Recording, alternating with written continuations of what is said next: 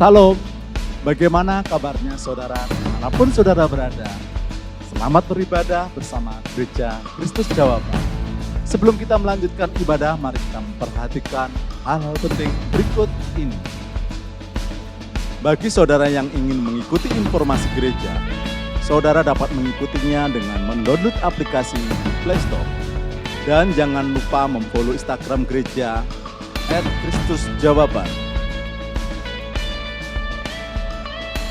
Bagi saudara yang rindu untuk memberikan persembahan bagi gereja, saudara dapat mentransfer ke rekening berikut ini.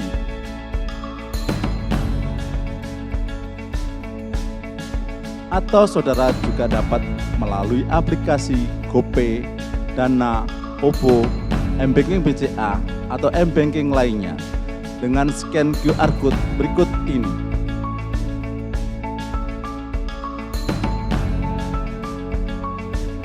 Bagi saudara yang ingin memberikan kas sosial, saudara dapat mentransfer ke rekening berikut ini.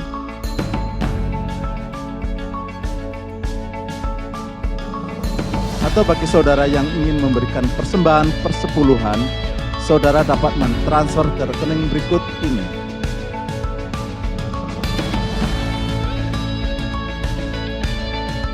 Terima kasih untuk persembahan Anda dan perhatian saudara. Sekarang tiba saatnya kita akan memuji nama Tuhan dan selamat melanjutkan ibadah. Tuhan Yesus memberkati. Tuhan tak pernah terlambat, tak pernah terlalu cepat. Tuhan selalu tepat waktu.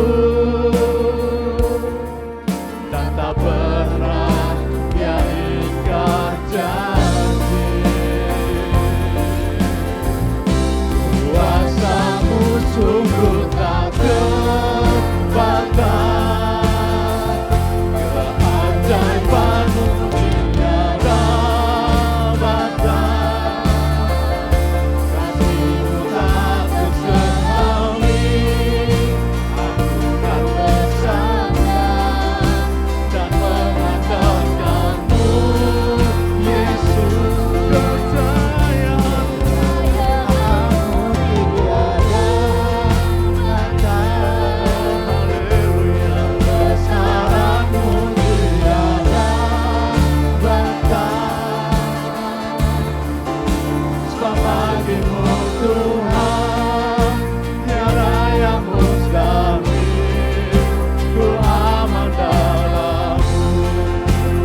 Kebesaran-Mu Tuhan, kuasa-Mu sungguh tak terbatas.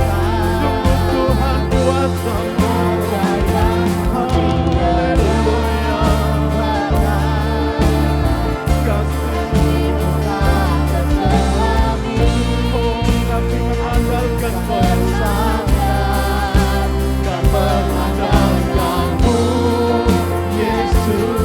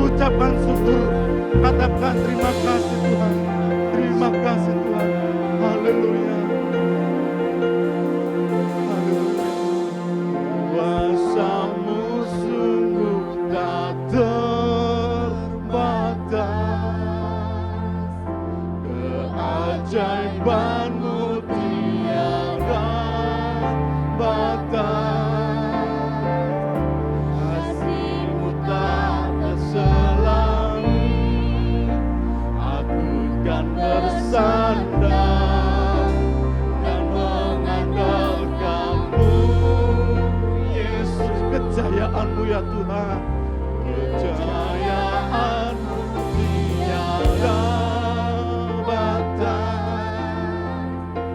kebesaranmu tiada batas, sebab bagimu Tuhan tiada yang mustahil, sebab bagimu Tuhan, sebab bagimu Tuhan tiada yang mustahil. Sekali lagi, sebab bagimu Tuhan tiada yang mustahil, ku aman dalam-Mu.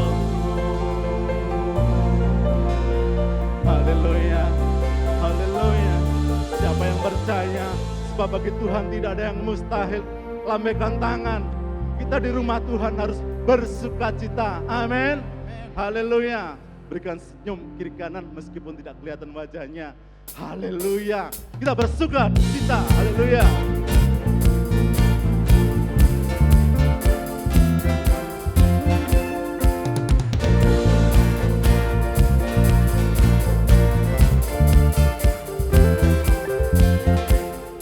Dalammu ku temukan sukacita. Dunia takkan sanggup ku berikan.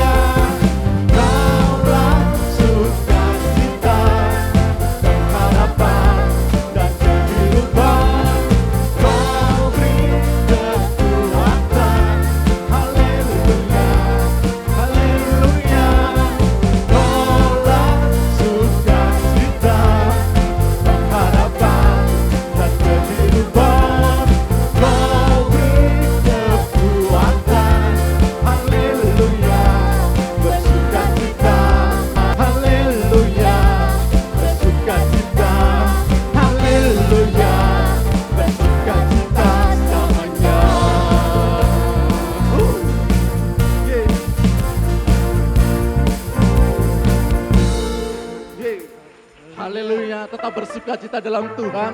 Sebab kuasa Tuhan sungguh nyata dalam kehidupan kita. Amin. Semua tepuk tangan. Semangat.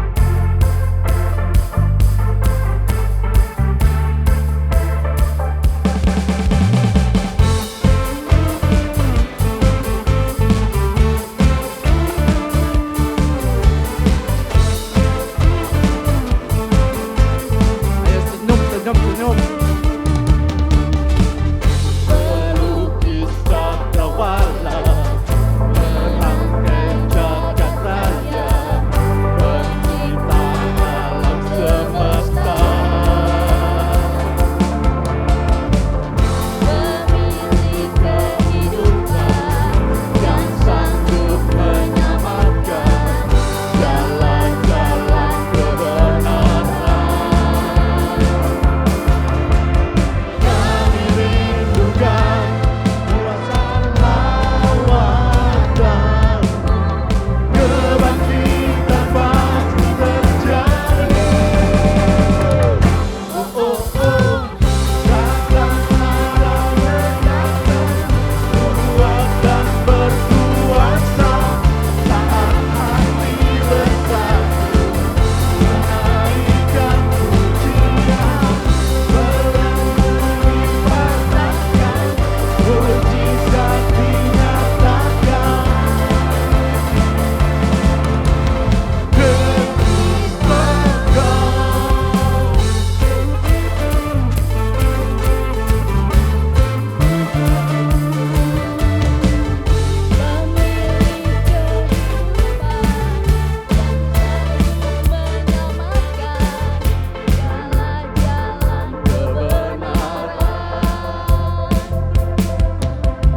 Kami rindukan kuasa lawatan, kebangkitan pasti terjadi.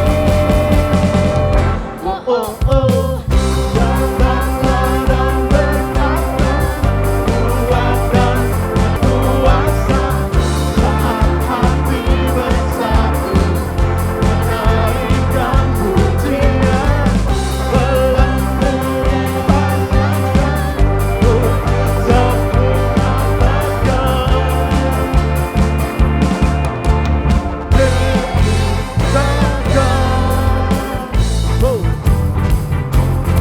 Samuel lihat. Musik.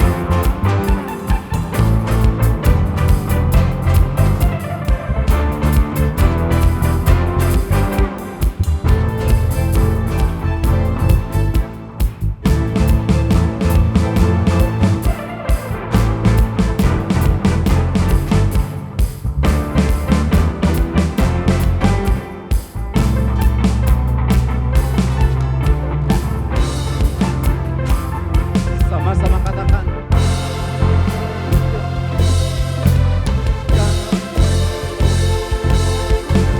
Kami rindukan kuasa lawatan, kebangkitan pasti terjadi. Oh, oh, oh, datanglah dan ledakan, kuat dan berkuasa, saat hati bersatu, menaikkan pujian, berlimpahkan,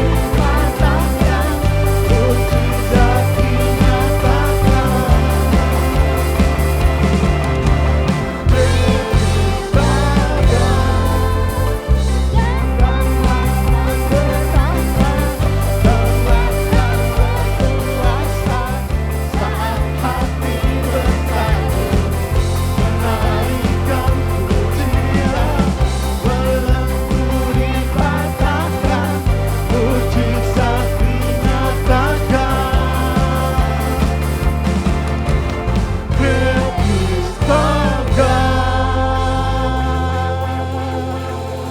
Haleluya. Belenggu dosa dipatahkan, kuasa Tuhan dinyatakan. Amin. Haleluya. Kita siapkan hati kita. Dia sungguh baik, kuasanya tak terbatas.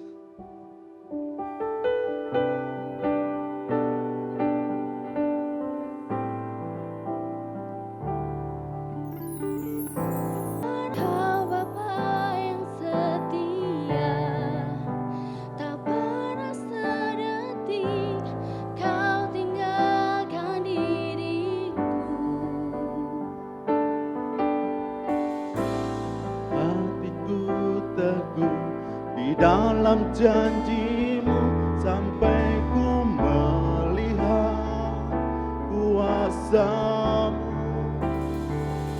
Karyamu sempurna, ajaib dan mulia, penyertaanmu buktikan kasihmu kepadaku.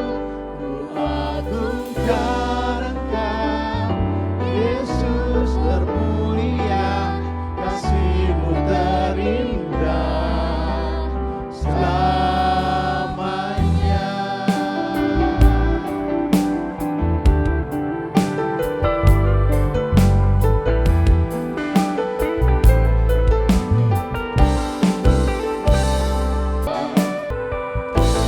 Kau Bapa yang setia, tak pernah sedetik kau tinggalkan diriku. Hatiku teguh di dalam janjimu sampai ku melihat kuasamu. Karyamu sempurna, ajaib dan mulia, penyertaanmu buktikan kasihmu kepadaku. Ku agungkan Engkau, Yesus termulia, kasihmu terindah selamanya. Shalom. Jika sudah dalam keadaan tubuh yang sehat karena ada perlindungan Bapa di surga, mari serukan dengan suara yang yakin haleluya bersama dengan saya. 2, 3, haleluya. Puji nama Tuhan. Ya, kita sudah masuk dalam bulan yang ke-7, sudah melewati setengah tahun. Di tahun 2022 ini kita percaya bahwa kalau Tuhan sudah menyertai dari bulan Januari sampai Juni, Tuhan pasti akan menyertai sampai kepada akhir tahun. Yang yakin katakan haleluya. Bagi saudara yang melihat tayangan ini melalui channel YouTube, saudara ketik GKJ Family, tolong ditekan subscribe. Di sana ada semua rekaman video kami.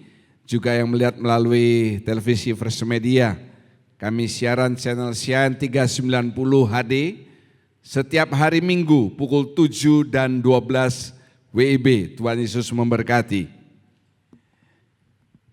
Periode ini saya akan bicara firman Tuhan dengan judul Philadelphia, ya. Philadelphia. Tapi terlebih dulu saya ingin mengajak saudara juga yang melihat di rumah, mari angkat saudara-saudara baca bersama dari kitab Wahyu, pasal 3 ayat 7 sampai 12. Kaum pria lebih dahulu disusul kaum wanita. Wahyu 3 ayat 7 sampai 12. Kaum pria 2, 3. Dan tuliskanlah kepada malaikat jemaat di Philadelphia, inilah firman dari yang kudus, yang benar, yang memegang kunci Daud.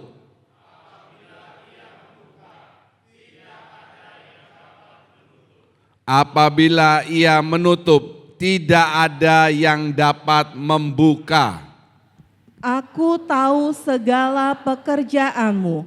Lihatlah, aku telah membuka pintu bagimu yang tidak dapat ditutup oleh seorang pun.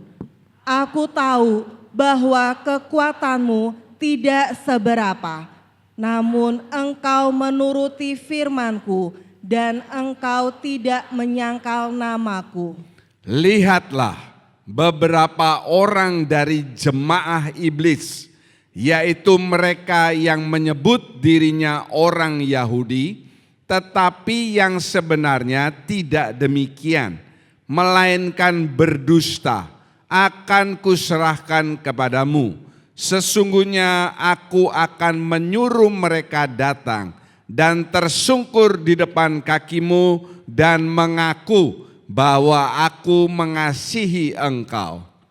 Karena engkau menuruti firman-Ku untuk tekun menantikan aku, maka aku pun akan melindungi engkau dari hari pencobaan yang akan datang atas seluruh dunia untuk mencobai mereka yang diam di bumi.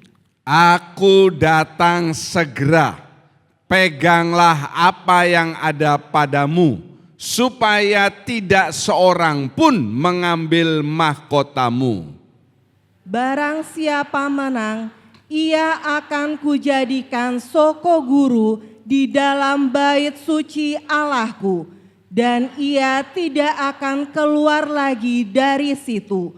Dan padanya akan kutuliskan nama Allahku, nama kota Allahku, yaitu Yerusalem baru yang turun dari sorga dari Allahku, dan namaku yang baru. Amin.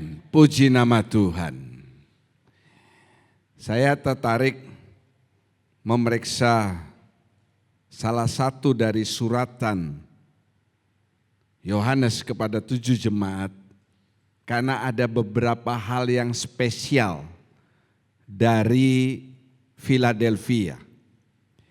Firman ini, tulisan ini bukan hanya diberikan kepada jemaat Philadelphia saat itu, tetapi sekarang ini sudah tertulis di dalam kitab suci, yang berarti juga untuk kita yang membaca dan mendengarkan.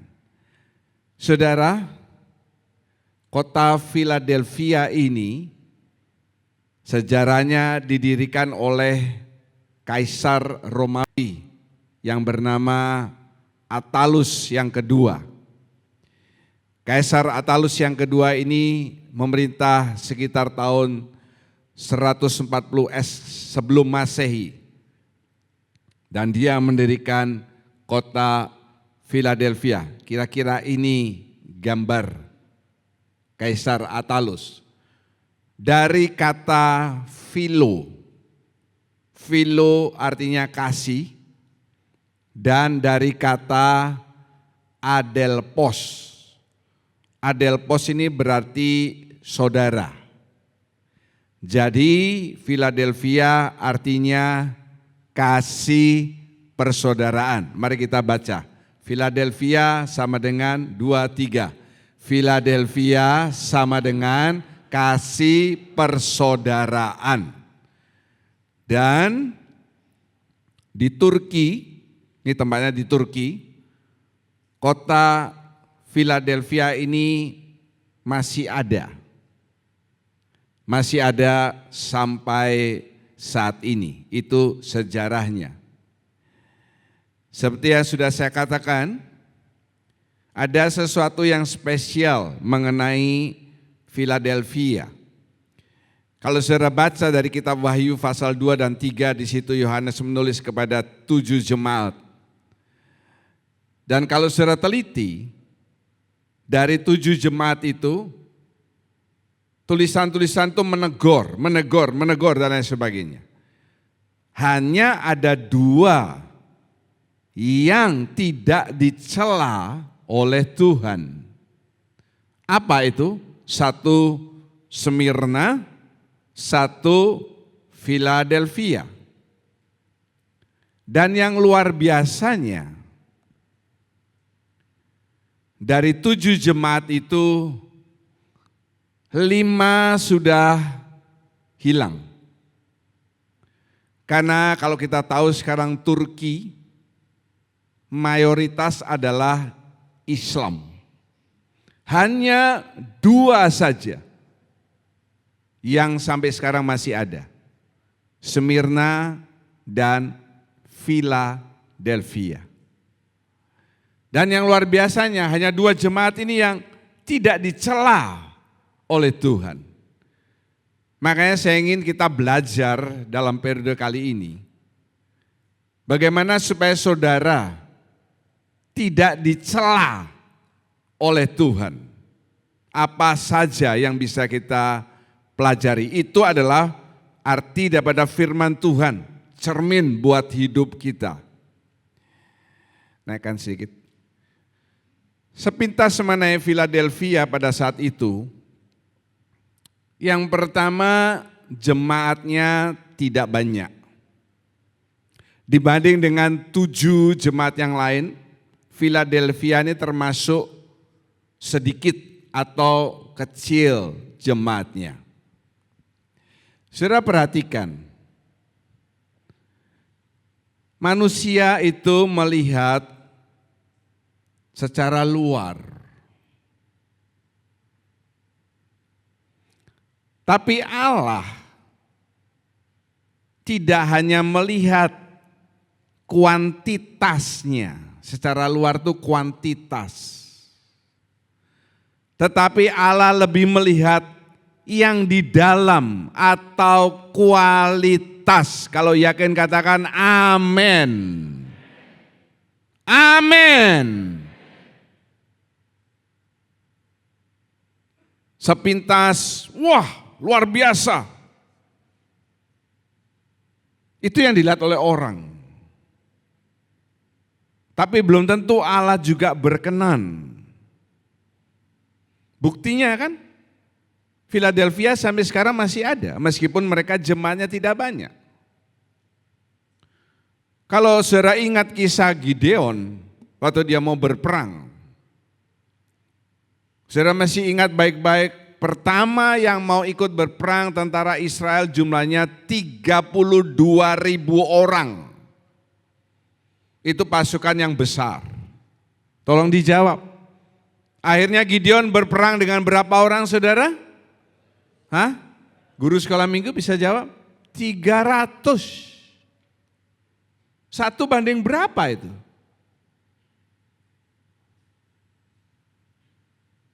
Orang mungkin melihat, woi kalau 32.000 pasti menang. Siapa bilang?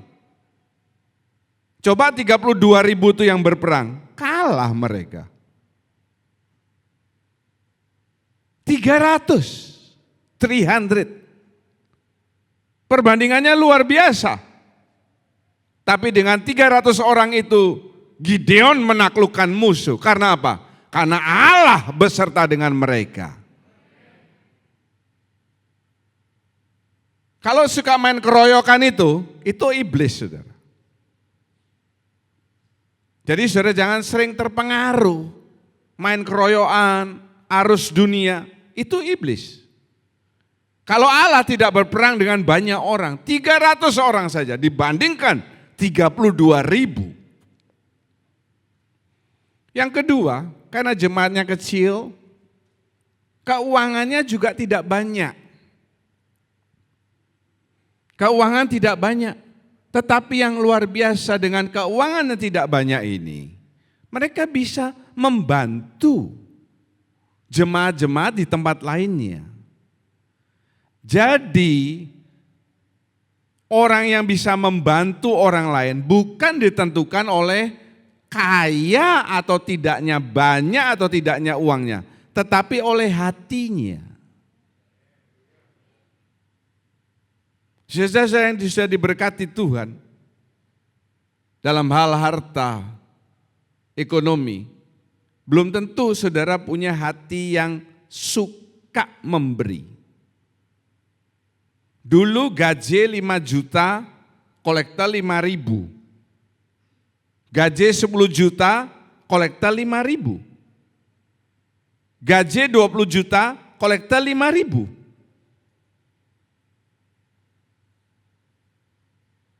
Banyak toh. Yang ketiga, orang-orangnya bukan orang-orang yang hebat, tapi orang-orang yang sederhana. Allah itu tidak, yang pertama yang dia pilih adalah orang yang hebat, tidak. Memang ada orang yang hebat yang dia pilih, seperti siapa? Saulus, yang jadi Paul kan. Tetapi lebih banyak adalah orang-orang yang sederhana. Karena biasanya orang yang hebat atau merasa hebat, Itu susah diatur, saudara. Dia tahu. Orang yang merasa hebat itu dia punya sesuatu yang tidak disukai oleh Allah. Susah diatur. Saya berdoa supaya semua jemaat di tempat ini bukan orang yang susah diatur, karena domba dan kambing itu bedanya tipis. Sejenis. Domba dan kambing itu sejenis. Kalau domba dan serigala kan beda, domba dan anjing beda, tapi domba dan kambing sejenis. Cuma perbedaan sifatnya luar biasa. Domba punya ketaatan, kambing selalu ingin melawan. Dan nanti pada akhir zaman jelas ditulis dalam Injil, ada pemisahan antara kambing dan domba. Itu bukan pemisahan antara orang Kristen dan orang non-Kristen. Itu bisa dimisalkan anjing dan domba. Ini enggak. Pemisahan terjadi di dalam kekristenan. Maka daripada itu, waktu membuat firman ini saya berdoa supaya jemaat Tuhan di tempat ini punya roh yang sama. Seperti jemaat di Philadelphia. Katakan haleluya. Tadi kan saya katakan hanya 2 jemaat yang tidak dicela. Kenapa kok jemaat di Philadelphia ini tidak dicela atau dipuji oleh Tuhan? Kita cari tahu.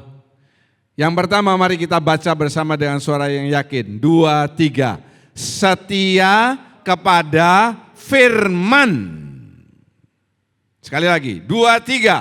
Setia kepada firman. Saya bacakan, tadi sudah kita baca, ini saya cuplik ayat 8b dari Wahyu 3. Namun engkau menuruti firmanku dan engkau tidak menyangkal namaku. Saudara yang kekasih, Philadelphia pada saat itu orang mengatakan ini seperti Athena. Athena itu kota yang besar, ramai, tempat perdagangan. Dan di Athena itu banyak kuil-kuil, banyak patung-patung dewa-dewi. Philadelphia juga sama. Skalanya lebih kecil dibanding Athena, tetapi banyak kuil berhala di sana, di Philadelphia. Nah, yang luar biasa, jemaat di Philadelphia ini tidak terpengaruh. Tidak terpengaruh meskipun situasi sekelilingnya tidak mengenakan bagi mereka. Hal yang sama terjadi dengan kekristenan di Indonesia. Jemaat di Philadelphia ini tidak terpengaruh. Pasti mereka menghadapi intimidasi, sudah pasti. Tetapi mereka tetap setia terhadap firman Tuhan. Saudara sekali tekan kontrak setia kepada Tuhan, sampai akhir hidup saudara, setialah dalam gereja lokal saudara masing-masing. Amin.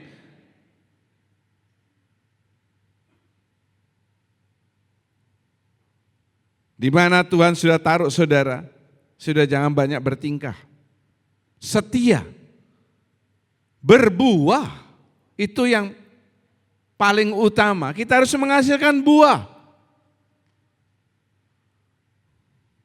Anaknya Bu Hermin,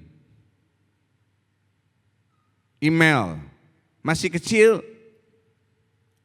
tidak bisa apa-apa.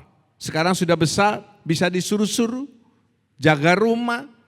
Papa mamanya kerja, kakaknya kerja, dia jaga rumah. Dia adalah benteng di rumah. Ya kan? Sudah bisa, buahnya apa? Ya jaga rumah.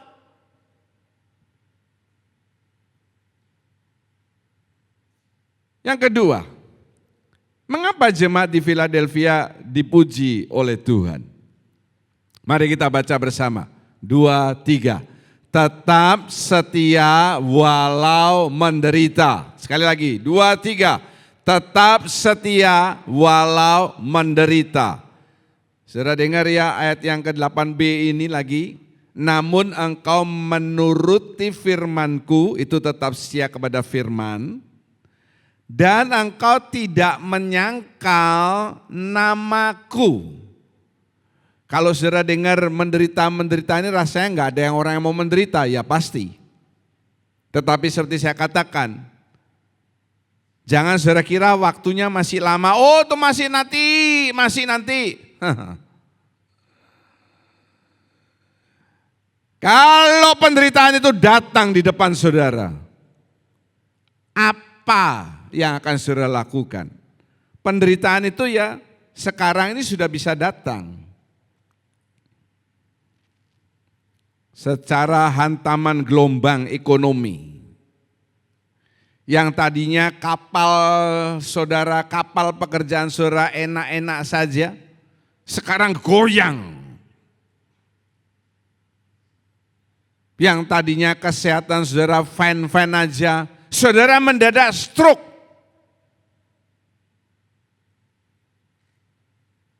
Dan lain sebagainya.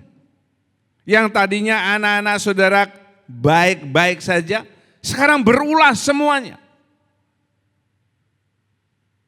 Nanti penderitaan yang lebih besar itu akan datang menghantam, khususnya kekristenan. Saudara mesti mempersiapkan diri. Sama seperti setiap hari, bukan berarti kita keluar dari ruangan atau dalam ruangan ini sehat udaranya. Oh tidak. Ada berbagai macam virus-virus di sana. Tetapi kenapa saudara bisa jalan dalam hidup ini? Lewat beberapa saat, ya sakit. Tetapi kan tidak setiap hari sakit. Kenapa? Karena saudara punya pertahanan yang kuat. Lewat apa? Lewat gizi yang saudara miliki. Lewat makanan. Lewat istirahat yang cukup. Kan begitu. Sama dalam diri kita kan ada manusia jasmani, manusia rohani.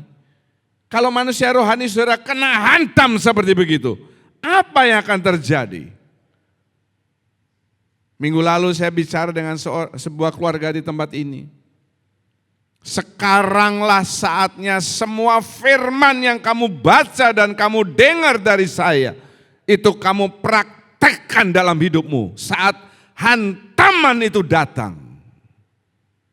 Pilot, kapten kapal nyantai kalau tidak ada apa-apa. Bisa pakai autopilot. Tetapi kemampuan seorang pilot atau seorang kapten kapal diuji waktu ada gelombang dan angin ribut dan badai. Haleluya. Perhatikan. Nanti penderitaan yang lebih besar itu pasti akan datang lewat masa aniaya antikris. Seorang teolog yang terkenal John Stott, dia berkata, ciri gereja sejati adalah gereja yang memiliki kasih, itu sudah kita sering dengar kalau kasih, dan rela menderita. Gereja dalam skala yang terkecil adalah pribadi saudara. Pertanyaan saya, saudara sebagai gereja pribadi yang terkecil, saudara memiliki kasih atau tidak? Yang kedua yang lebih hebat dari itu, saudara rela menderita atau tidak? Kalau tidak rela menderita, berarti saudara bukan gereja Tuhan yang sejati. Apa? Gereja-gerejaan. Mari kita baca bersama dengan suara yang keras. Filipi 1 ayat 29. Ayat yang tidak enak tapi ada dalam firman Tuhan. Mari kita baca. 2, 3. Sebab kepada saya dikaruniakan bukan saja untuk percaya kepada Kristus, melainkan juga untuk menderita untuk Dia. Amin. Perhatikan saudara, berkali-kali saya berkata, setiap anak Tuhan itu minimal sudah dikasih satu talenta, satu karunia. Apa itu? Iman. Sebab kalau saudara tidak memiliki iman, saudara tidak mungkin duduk di gereja kan? Jalan-jalan dan lain sebagainya. Tetapi jangan lupa, di samping talenta iman, saudara juga dikasih talenta atau karunia. Apa itu? Rela menderita. Nah,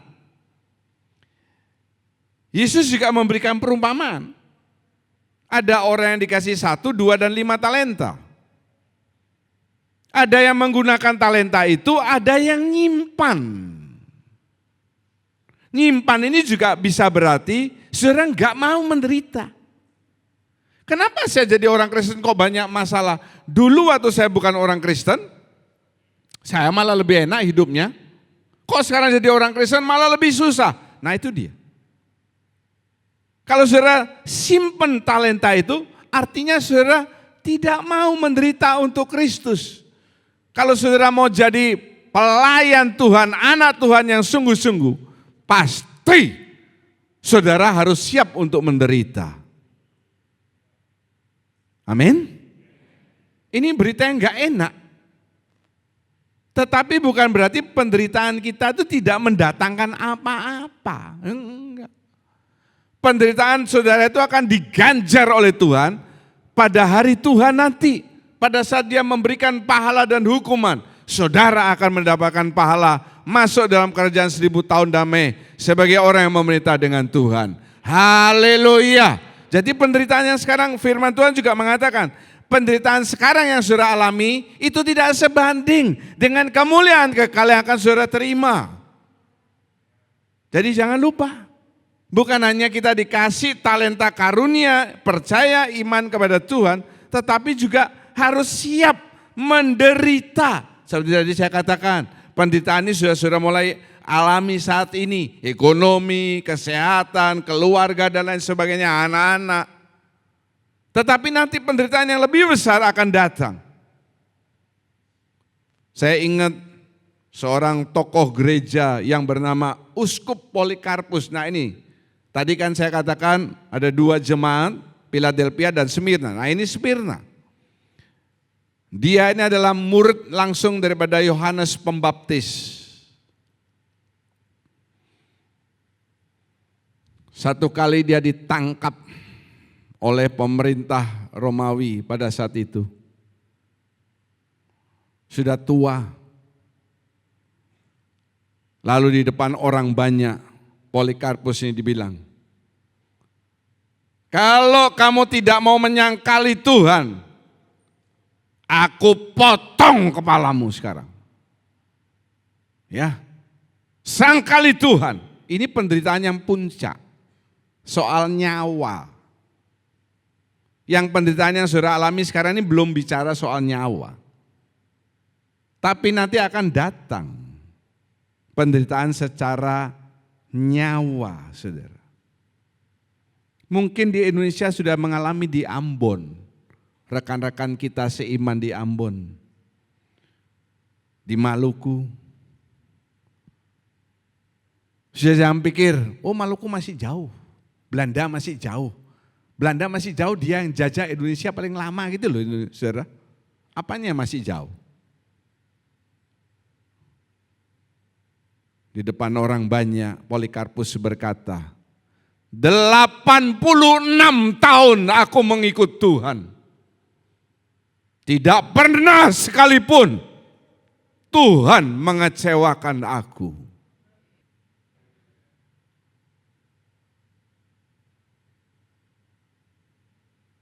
Mengapa aku harus menyangkali dia?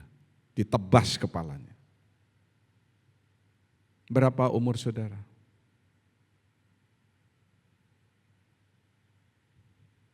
Tidak pernah sekalipun dia mengecewakan saudara. Yang sini ada orangnya. Amin. Saya takutnya saudara yang sini tertidur. Berapa umur saudara? Tidak pernah sekalipun Tuhan mengecewakan saudara. Haleluya. Haleluya. Haleluya. Haleluya. Kasih tepuk tangan untuk Tuhan. Tidak pernah sekalipun dia mengecewakan saudara. Saudara yang sering mengecewakan dia, iya.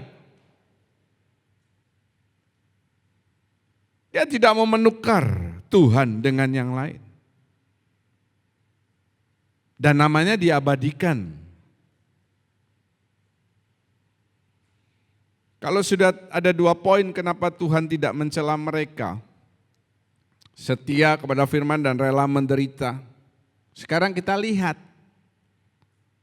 Apa hasilnya jadi orang yang setia. Nah kita lihat sekarang. Kalau saudara tidak mau menjadi orang yang setia, saudara tidak dapat hasil ini. Kalau saudara jadi orang yang setia, saudara akan mendapatkan hasil yang akan kita periksa. Yang pertama, ayo kita baca. 2, 3. Tuhan akan membuka pintu. Lebih klap ini penting. Angkat suara saudara. 2, 3. Sebab ini penting buat saudara.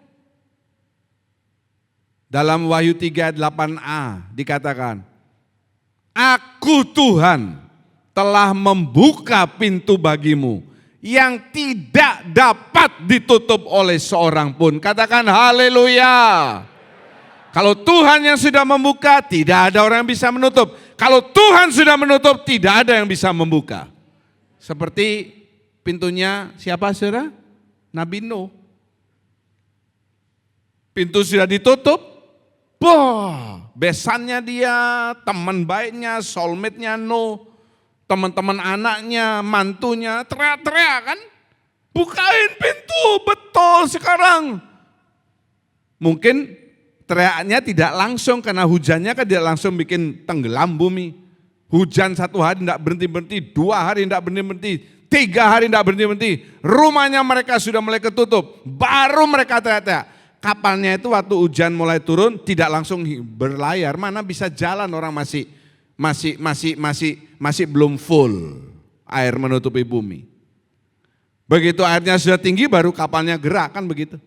Nah sementara kapal belum gerak ini jangan kira orang-orang itu tidak teriak kepada Nuh. Oh mereka pasti teriak, nggak usah ditulis di Alkitab saudara. Tidak ada orang yang ingin mati konyol kan begitu. Nuh bilang aku mau bukain pintu tapi nggak bisa dibuka. Saudara,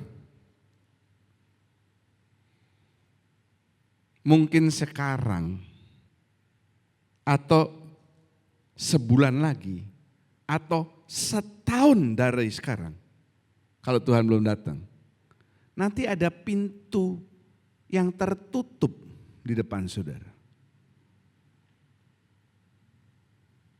Mungkin perekonomian saudara pintunya tertutup.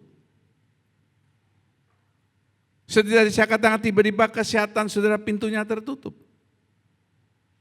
Kesehatan itu tidak mengenal usia sekarang. Orang umur berapa saja bisa stroke. Betul ya David, Andri David? Orang umur 20 juga bisa stroke, bisa kena sakit macam-macam. Sekarang penyakit tidak, porsinya orang tua. Loh salah saudara, justru yang orang tua itu malah lebih sehat karena dia jaga kesehatan. Yang masih muda nih enteng-enteng amblas. Loh, murid saya Pak Medi Hans kan meninggal 2 minggu lalu, kan lebih muda dari saya. Mungkin pintu itu tertutup bagi saudara. Saudara mau buka nggak bisa-bisa. Tetapi kalau saudara jadi orang yang setia, pintu yang tertutup yang nggak bisa dibuka itu, Tuhan bisa buka. Amin. Tuhan bisa buka. Tuhan bisa adakan mujizat dalam hidup saudara. Pintu-pintu besi, palang tembaga, tidak ada yang menandingi kuasa Tuhan. Saudara mesti imani itu. Saudara dengar imani, amin, amin, amin, amin. Saudara pakukan dalam hati saudara. Kalau dengan kekuatan sendiri tidak bisa terbuka. Kalau bagi Tuhan itu masalah kecil saudara. Karena yang pertama pintu itu bicara soal jalan keluar. jalan keluar dari masalah yang saudara hadapi. Ya, jangan pernah putus harap. Kan saya pernah ngomong, tidak selamanya mendung itu kelabu. Jangan dilanjutin, nanti jadi nyanyi lagunya Kecil. Habis gelap, apa saudara? Terbitlah terang. Sehabis hujan ada pelangi. Tidak selamanya. Tetapi kalau saudara tidak menjadi orang yang setia, itu akan menjadi selamanya bagi saudara. Langit itu akan seperti tembaga di atas kepala saudara. Jalani masalah, problema saudara setiap hari, setiap saat. Bukan dengan kekuatan, kehebatan, koneksi, uang saudara, ilmu saudara. Tetapi bersama dengan Yesus. Katakan haleluya. Dan pintu yang kedua, nah ini dia. Pintu yang kedua ini artinya kesempatan mengabarkan Injil. Ya kan begitu. Oh, di daerah itu pintu sudah terbuka untuk pelayanan. Untuk pekerjaan Tuhan sudah terbuka. Kenapa saya katakan demikian, saudara? Philadelphia ini meskipun bukan kota yang besar, tetapi dia ini kota yang strategis. Dalam artian, ini sengaja dibuat oleh Kaisar Attalus itu. Untuk apa? Untuk menyebarkan bahasa Yunani. Yang kedua, untuk menyebarkan budaya Yunani. Pintu kotanya itu selalu terbuka. Zaman dulu itu kota-kota tuh pasti ada pintu-pintunya. Kota-kota tuh pasti ada pintu-pintunya. Nah, khusus untuk di Philadelphia, pintu kotanya ini selalu terbuka, tidak tertutup. Supaya apa? Supaya orang luar boleh masuk, perdagangan dan lain sebagainya. Ini kesempatan yang luar biasa. Supaya Injil ini bisa diberitakan. Ayo kita baca bersama Kolose 4 ayat 3. Kolose 4 ayat 3.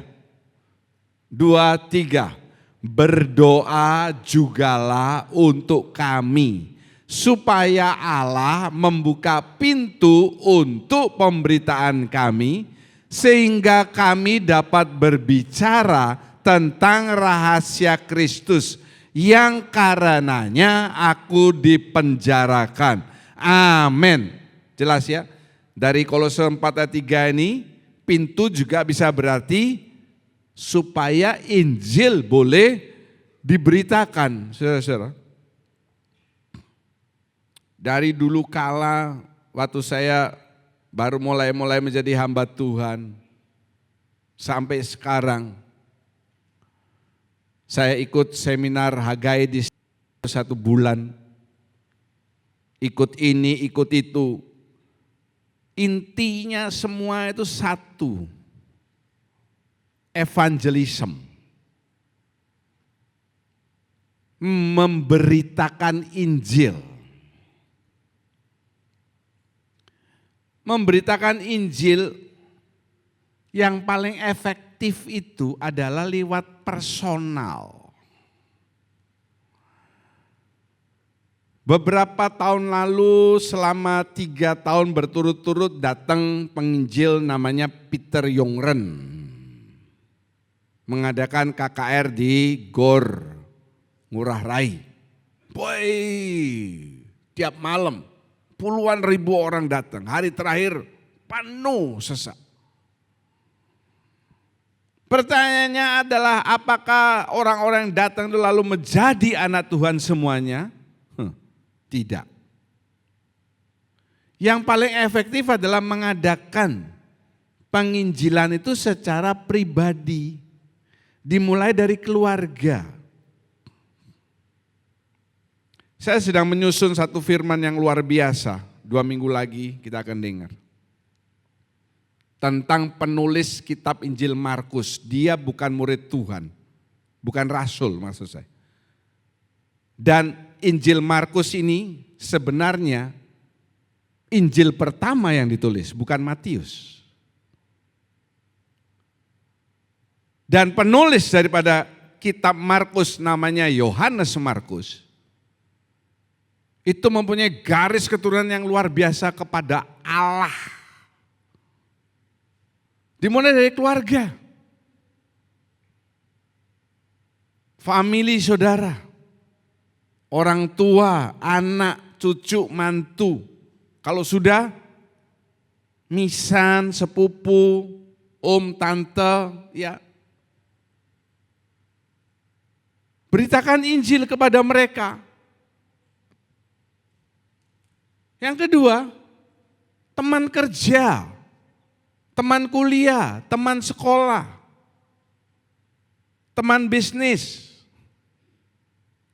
Memang bagus ada grup-grup seperti Full Gospel Businessman Fellowship International, FGB MFI. Full Gospel Businessman Fellowship International. Bagus. Masalahnya bukan di sana. Minggu ini saya ada mendengarkan khotbah ya yang sudah lewat 2 tahun lalu. Dan dia mengatakan, waktu itu dia mengatakan bahwa medsos nantinya, ini 2 tahun lalu saudara ya, oleh seorang pengkhotbah di luar negeri, nantinya medsosnya akan merajai dunia. Dan sekarang menjadi kenyataan. Handphone yang saudara miliki, medsos yang saudara miliki, memang itu milik saudara, ya kan? Masa medsosnya Yulek saya yang kelola. Tetapi di tangan saudara ini punya kuasa, saudara mau jadikan medsos saudara ini sesuatu yang positif, agennya Kristus memberitakan Injil, atau saudara pakai untuk kepentingan saudara pribadi saja. Itu kan pilihan saudara. Betul kan? Saudara ini mau menjadi agennya kerajaan Allah atau tidak? Tidak itu pilihannya hanya ada 2, kerajaan Allah dan kerajaan iblis, kan begitu.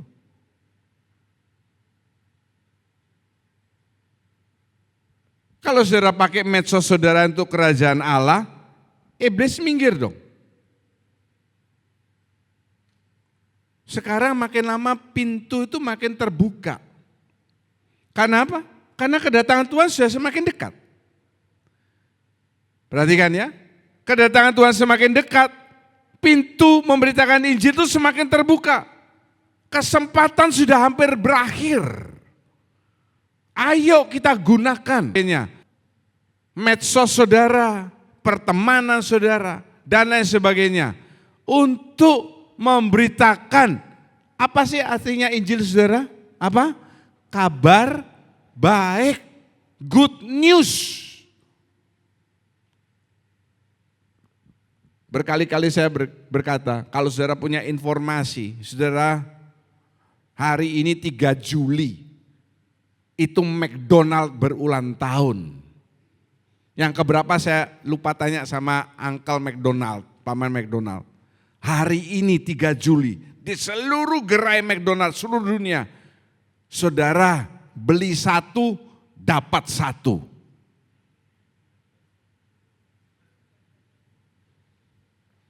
Semuanya diem, tak catat ini. Ya memang, masa beli 1 dapat 2? Ya toh? Kalau beli 1 gratis 1 baru oke. Tapi kalau sudah dapat pengumuman, beli 1 gratis 1. Wah, segera saudara. Kabar baik itu. Tetapi yang sering kita cepat sebarkan itu apa? Kabar yang enggak baik.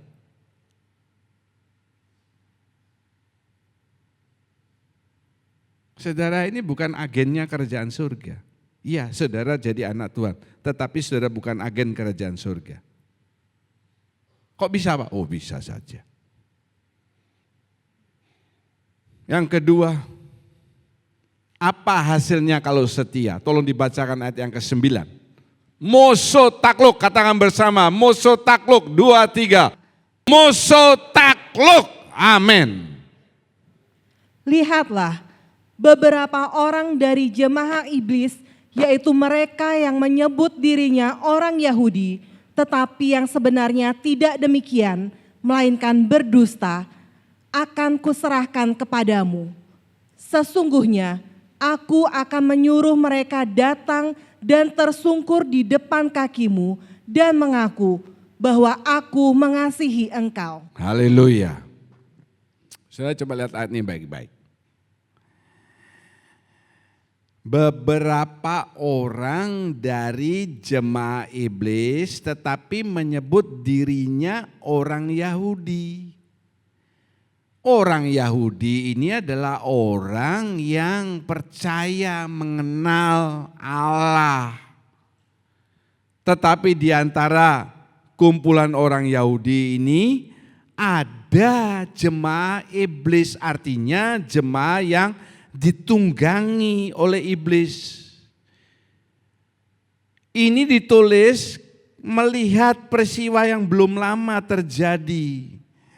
Yesus itu tidak dijual oleh orang Yunani, bukan.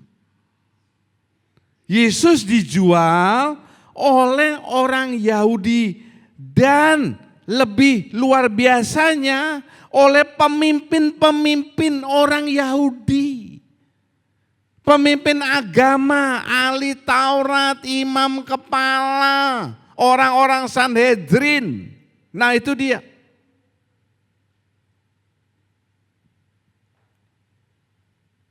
Itu dikatakan jemaah iblis. Apa ini? Pengertian lebih jelasnya adalah orang-orang yang beribadah,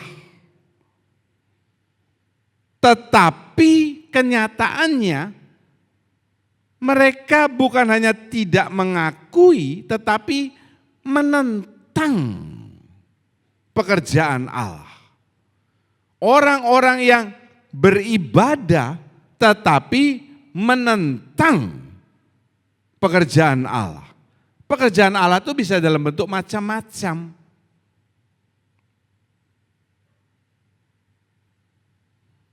Program gereja itu juga pekerjaan Allah di setiap gereja lokal.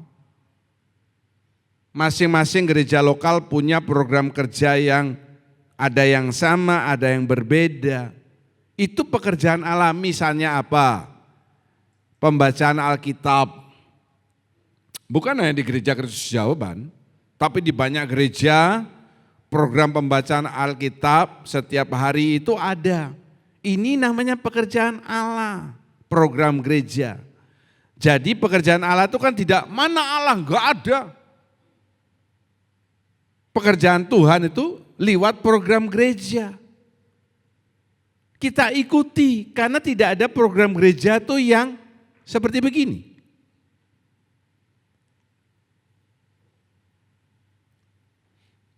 Mari kita sesudah ibadah ini dalam waktu 1 bulan, setiap habis ibadah kita kumpulkan uang. Untuk apa saudara-saudara? Untuk membiayai terorisme. Enggak ada program gereja seperti begitu, enggak ada. Tentunya program gereja itu semuanya bertujuan yang baik. Kalau sudah setuju katakan amin.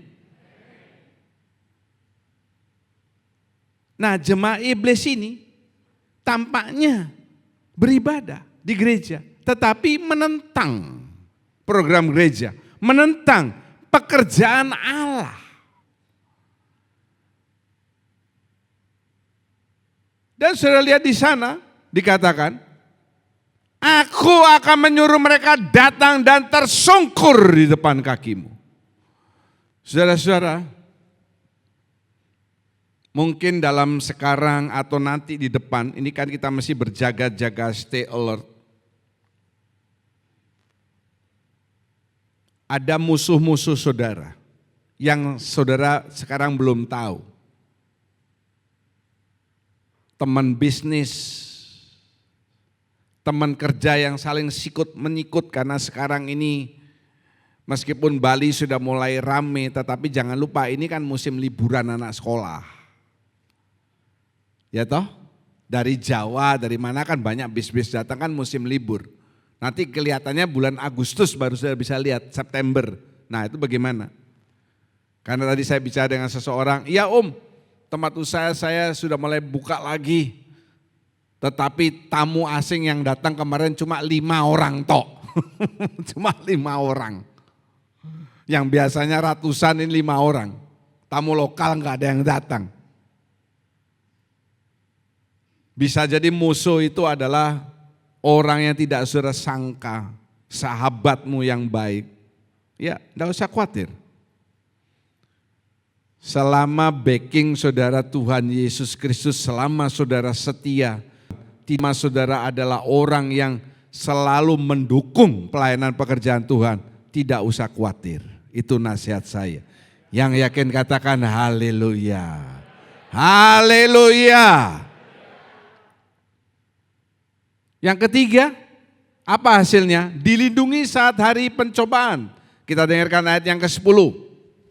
Karena engkau menuruti firman-Ku untuk tekun menantikan Aku, maka Aku pun akan melindungi engkau dari hari pencobaan yang akan datang atas seluruh dunia untuk mencobai mereka yang diam di bumi. Haleluya. Saya mau tanya dulu, siapa yang yakin firman Tuhan itu ya dan amin, katakan haleluya.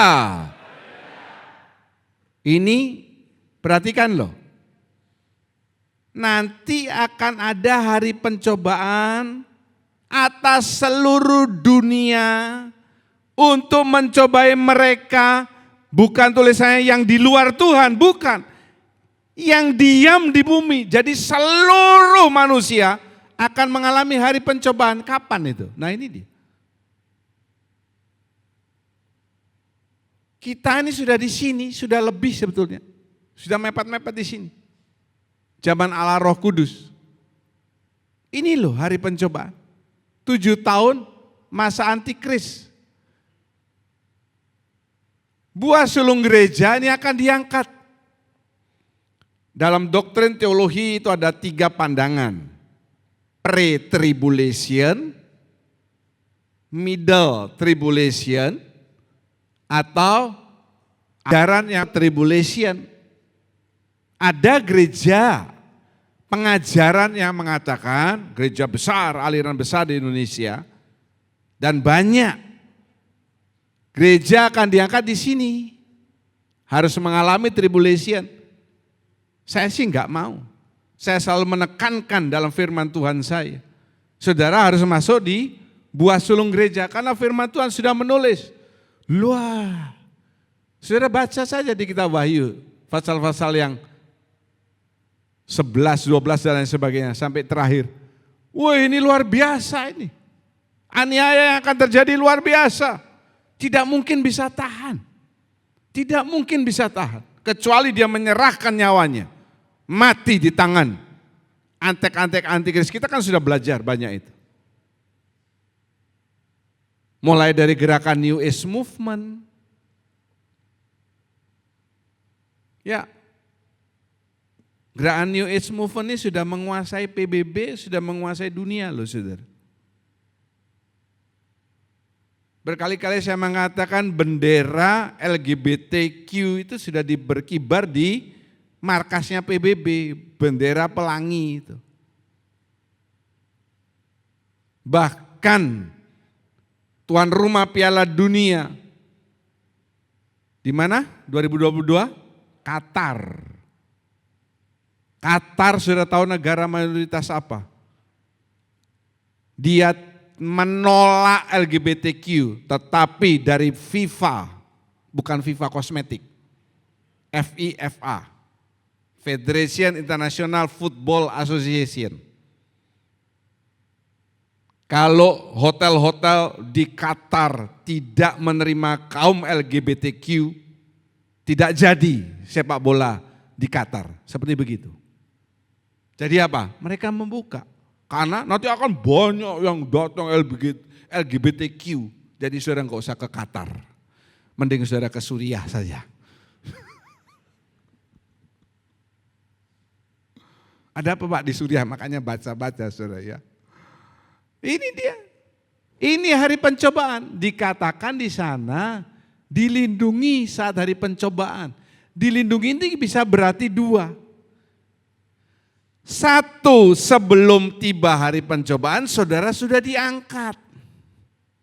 Atau saudara yang ketinggalan dan bertobat, maka selama masa aniaya ini, entah itu 3,5 tahun awal, entah semuanya, saudara akan dilindungi, lolos dari masa antikristus. Meskipun ada banyak aniaya yang terjadi, dengan terseok-seok, kita lolos mungkin diangkat di sini, middle tribulation atau after.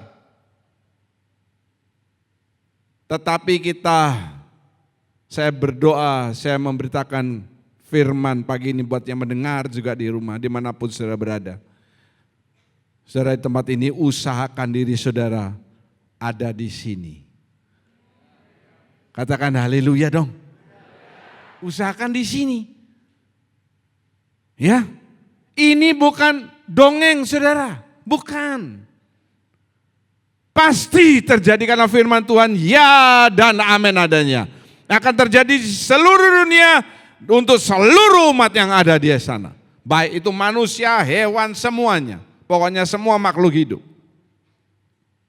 Terakhir, apa hasil menjadi orang yang setia? Katakan bersama, 2, 3, mendapat pahala. Ayat yang ke-12. Barang siapa menang, ia akan kujadikan soko guru di dalam bait suci Allahku, dan ia tidak akan keluar lagi dari situ. Dan padanya akan kutuliskan nama Allahku, nama kota Allahku, yaitu Yerusalem baru, yang turun dari sorga dari Allahku, dan namaku yang baru. Amin. Ingat ya, Wahyu 3:12 ini ditulis untuk jemaat di Philadelphia. Siapa menang akan kujadikan soko guru. Soko guru ini tuan guru. Akan kutuliskan nama Allahku dan nama kota Allahku. Saat itu di kota-kota Yunani, itu ada kebiasaan. Kalau saya lihat pilar ini ya, ini dari bangsa Yunani. Nama orang-orang yang berjasa, nama orang-orang yang besar. Seperti misalnya yang baru meninggal minggu ini orang besar, Cahyo Kumolo. Itu ditulis, diukir, di mana? Di pilar. Ya, tulis di sini. Cahyo Kumolo. Siapa lagi? Habibie misalnya. Soeharto yang gede-gede, nah, yang berjasa. Itu diukir. Apa artinya? Tanda penghormatan. Orang yang setia bukan hanya diukir di batu namanya. Bukan hanya diukir di pilar. Nama saudara ini dicatat di buku kehidupan. Kalau sudah ditulis, tidak bisa ditip X, tidak bisa. Ya. Kalau sudah ditulis, tidak bisa dihapus. Tidak bisa diralat. Kalau sudah ditulis, ya sudah. Akan tertulis di buku kehidupan Allah. Orang-orang yang berhak masuk kerajaan 1000 tahun damai dan kerajaan surga. Wahyu 3 ayat 11 mengatakan, Aku Tuhan datang segera. Pegang apa yang kamu punya. Pegang pahala yang sudah pegang. Supaya tidak ada seorang pun yang bisa mengambil mahkota kehidupan saudara. Haleluya. Pegang, pegang, pertahankan. Jangan ada orang yang merebut. Nanti yang akan mau merebut mahkota kehidupan saudara itu banyak. Kalau saudara anggap remeh, itu seperti Esau yang menganggap remeh hak kesulungannya. Jangan saudara anggap remeh, itu menentukan masa di depan saudara yang begitu panjang, everlasting. Haleluya, Tuhan Yesus memberkati. bawaku dekat. Jangan lepaskan,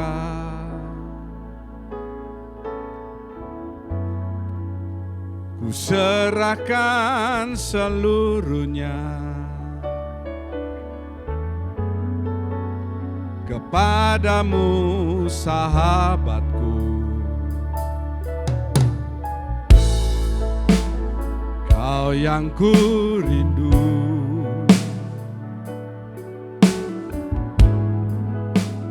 tiada sepertimu.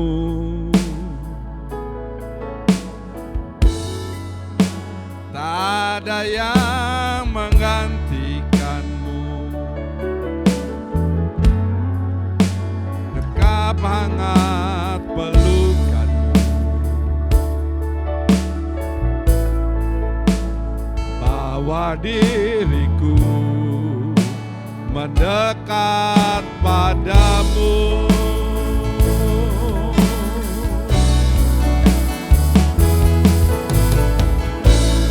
Aku rindu Tuhan, Kaulah yang ku perlukan, yang ku rindu,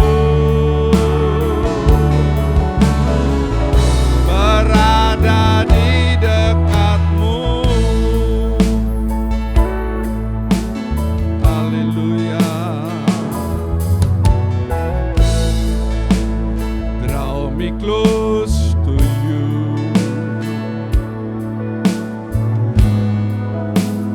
never let me go. I lay it all down again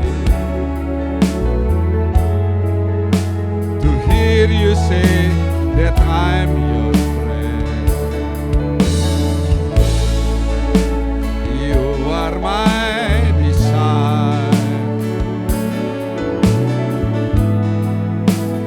no one else will do. 'Cause nothing else could take your place, to feel the warmth of your embrace.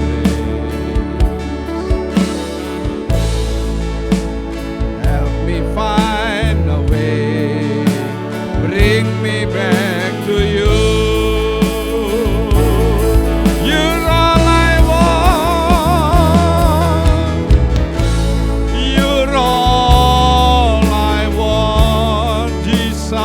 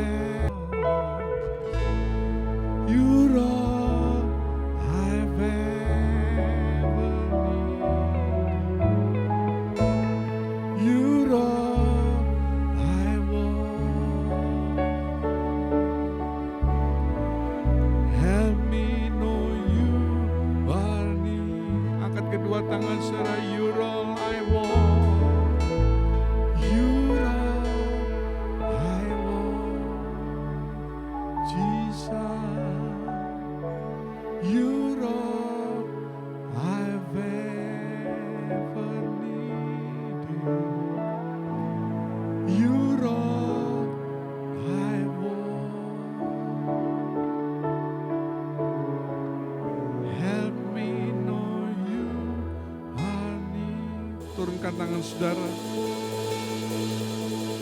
Di dunia ini saudara, ada sebuah sekolah Alkitab seminari terbesar di dunia, di Texas. Terdiri dari beberapa gedung yang dihubungkan oleh beberapa jalan. Besar sekali. Dan mereka mempunyai sebuah aula yang luar biasa besar. Dan di atas aula itu, di depan ada mimbar. Mimbar dari kayu, di mana setiap orang yang berkhotbah ada di mimbar itu. Dan di mimbar itu ada tulisan yang hanya bisa dibaca oleh orang yang tulisan mimbar yang lagi akan berkhotbah. Tulisan yang mengingatkan, yang mengkhotbahi lebih dahulu siapapun yang akan berkhotbah. Apa tulisannya saudara?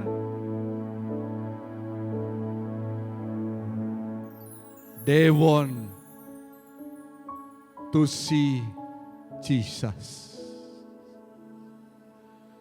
Orang-orang yang dengar khotbah itu kepingin ketemu Tuhan. Waktu saya mendengar cerita itu, saya tersentak. Bukan berdasarkan pandainya engkau berkhotbah, hebatnya engkau, tetapi supaya yang mendengar itu bertemu Yesus. Sudah datang dari segala penjuru tempat di Denpasar, datang di tempat ini. Adakah saudara bertemu Yesus hari ini? Kalau saudara bertemu Dia, masalahmu, problemamu, apapun yang menghimpit hidup saudara, Yesus jawaban dari segala permasalahan. Katakan dengan lembut, you're all I want. You're all I want.